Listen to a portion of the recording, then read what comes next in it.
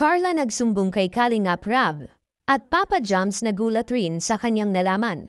Magandang araw at isang mapagpalang araw po sa inyong lahat mga Kalingap. Sana'y hindi niyo po makalimutan na mag-like sa video na ito. At paunawa tapusin muna ang kabuuhan ng video na ito mga Kalingap at para malaman ang nilalaman nito. At maraming salamat po mga Kalingap sa pagpatuloy na pagsuporta lalo na kay Kuya Val Santos Matubang at kay Ate Edna Vlogs at Kalingap Rab. Salamat po. Carla, bakit ngayon lang isinabi? At Papa Joms ngayon lang rin niya natakwasan may konektado sa kanilang dalawa ni Carla. Pero bago yun ay pag-usapan muna natin ang tambalan nila ni Papa Joms at Carla mga Kalingap na kung saan kahit silang dalawa ay gusto ni nila na mag-iba naman ang samahan nilang dalawa ngayon. Sa bawat paglalakbay ng buhay, may mga tao tayong nakikilala na nagiging bahagi ng ating kwento. Isa na rito sina Jomar at Carla, dalawang magkaibigan na sa paglipas ng panahon ay natutunan nilang mahalin ang isa't isa sa paraang higit pa sa pagkakaibigan. Ngunit sa kabila ng kanilang matibay na samahan, napagtanto nilang ang tunay na lakas ng kanilang relasyon ay nakasalalay sa patuloy na pagpapalago at pagpapalalim ng kanilang ugnayan. Ang matibay na samahan nina Jomar at Carla ay nagsimula sa isang simpleng pagkakaibigan. Sa bawat tawanan, kwentuhan, at pagsuporta sa isa't isa, unti-unting nabuo ang isang pundasyon ng tiwala at pag-unawa. Ayon sa mga eksperto, ang pagkakaroon ng matibay na pagkakaibigan sa isang romantikong relasyon ay nagdudulot na mas malalim na emosyonal na koneksyon at mas mataas na antas ng kasiyahan sa relasyon. Habang lumalalim ang kanilang relasyon, napagtanto nina Jomar at Carla na mahalaga ang pagiging bukas sa isa't isa. Ang pagbabahagi ng kanilang mga pangarap, takot at mga karanasan ay nagpatibay sa kanilang emosyonal na koneksyon. Ang pagiging tapat at bukas ay nagdudulot ng mas malalim na pag-unawa at pagtanggap sa isa't isa.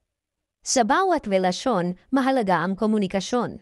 Sa pamamagitan ng bukas na pag-uusap, natutunan nina Jomar at Carla na lutisin ang mga hindi pagkakaintindihan at magtulungan sa pagharap sa mga hamon ng buhay. Ang aktibong pakikinig at pagpapakita ng empatiya ay nagpatibay sa kanilang samahan. Bagamat magkasama, nauunawaan nina Jomar at Carla ang kahalagahan ng personal na paglago. Sinusuportahan nila ang mga pangarap at layunin ng isa't isa, at binibigyan ng espasyo ang bawat isa upang maging pinakamahusay na bersyon ng kanilang sarili.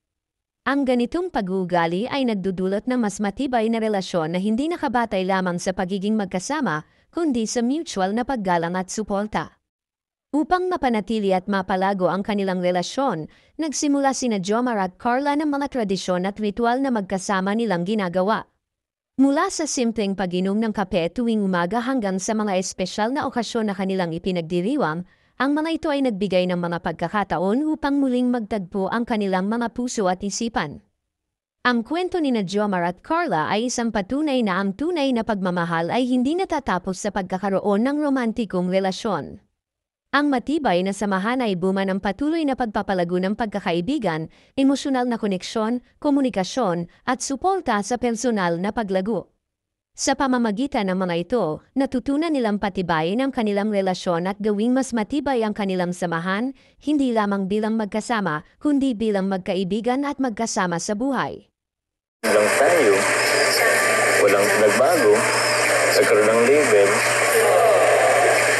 Talaga ng level up. Bakit nabuboring ka na ba sa akin?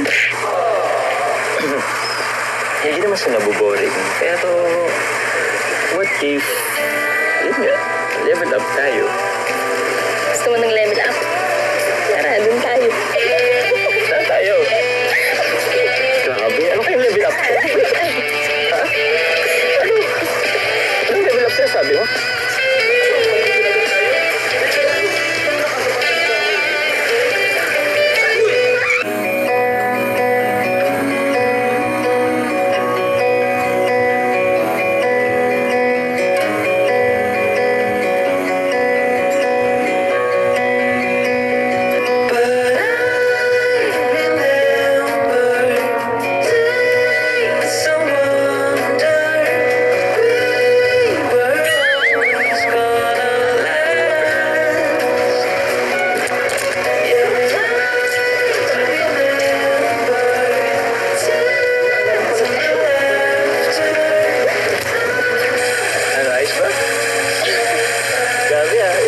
gusto mong level?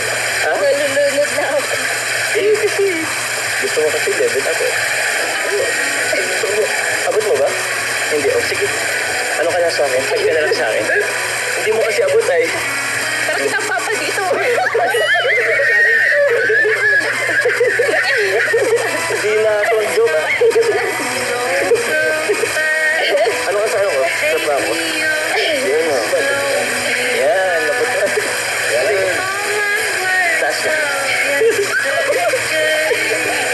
Hindi ko rin abot. Parang kailan lang. Sa labot lang tayo. Ngayon naman sa swimming pool. Parang hindi na tayo nagsawa sa tubig eh. Dito ka na kasi medyo na ano ka eh. Pero alam mo, naisip ko lang. Parang malapit sa atin ng tubig. Ano? Dati, nakatira ka sa malapit sa dagat. Tapos, nagsibo tayo sa dagat ulit. Ngayon naman, dito tayo sa swimming pool. Alam mo, parang kada episode natin laging may tubig.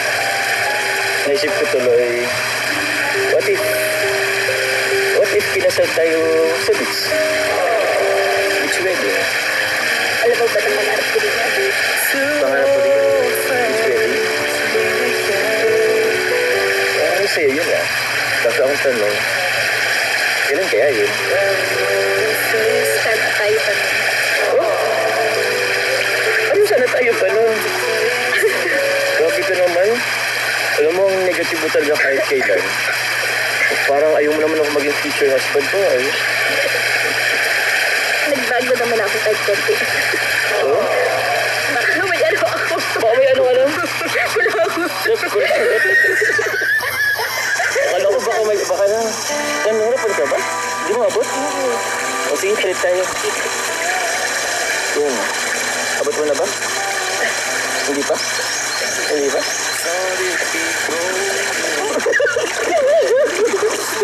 Bakit? Inano lang kita sa bibig? Malalim pa lang ang swimming pool nila. Siguro, mas maganda kung dikit lang tayo. Kasi baka lumubog tayo. Dikit lang tayo. Okay na ba dito? Bakit? Dasag ka lang po dyan, kaya ko naman. Hindi, dapat nga, baka nga malimit ka, dapat dito lang tayo sa dito. Ba't ka lumalayo? Ba't ka lumalayo? Ito ka lang sa ano? Akala ko na level up. Sabang level up na po. Ako sa mga level up. Gusto mo to eh. Ginulong mo pa nga ako eh. Ibig sabihin, gusto mo talaga. Bakit? Nagbaon pa naman ako ng gamit. Tapos, itulok mo lang pala ako dito.